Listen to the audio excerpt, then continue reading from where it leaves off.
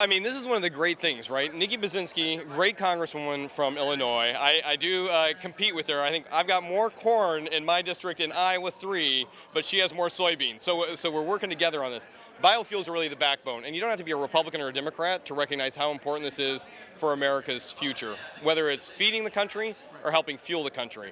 Together, we've worked a really good pathway to extend year-round E15, look at new futures for biofuels, including the sustainable aviation fuel, and then also looked at ways that, we can work together with a Democrat and a Republican from Des Moines and Springfield to really say, let's help drive this in a meaningful way that grows our economy, protects our farmers, and really gets to a point where every family, including myself with 6 kiddos, can fill up a minivan at a reasonable cost. The bipartisanship is something that we don't always see, and that's what was intriguing about your relationship and working with her.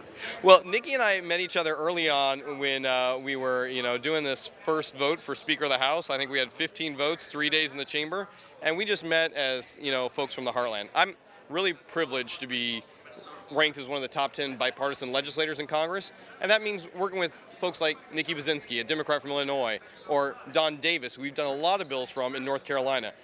Ag is not a partisan issue. It is a helping this country be successful issue. I'm glad to see the bipartisan work. It's one of the reasons we got a bipartisan bill passed in the House Ag for our once-in-a-5-year farm bill.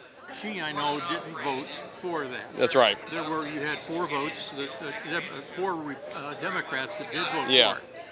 She thinks that there's ways that there's some commonality that could work to bring that together. And Stu, I would agree with you. I think, Nikki and I agree on far more than we may disagree on this. And she supported a number of my bills. I'm thrilled with that. She's brought a lot of really good ideas for us, too, that we've been able to incorporate in the Farm Bill. I think I got 17 proposals into the Farm Bill. They were almost all bipartisan, and it came from good recommendations from folks like Nikki Basinski, as well as Don Davis, who did end up voting for the overall Farm Bill passage. So I think, I want to see this Farm Bill move forward, and it's not going to happen unless we've got folks on both sides of the aisle who sit down and work together. The House has done this. I'd like to see the Senate do the same.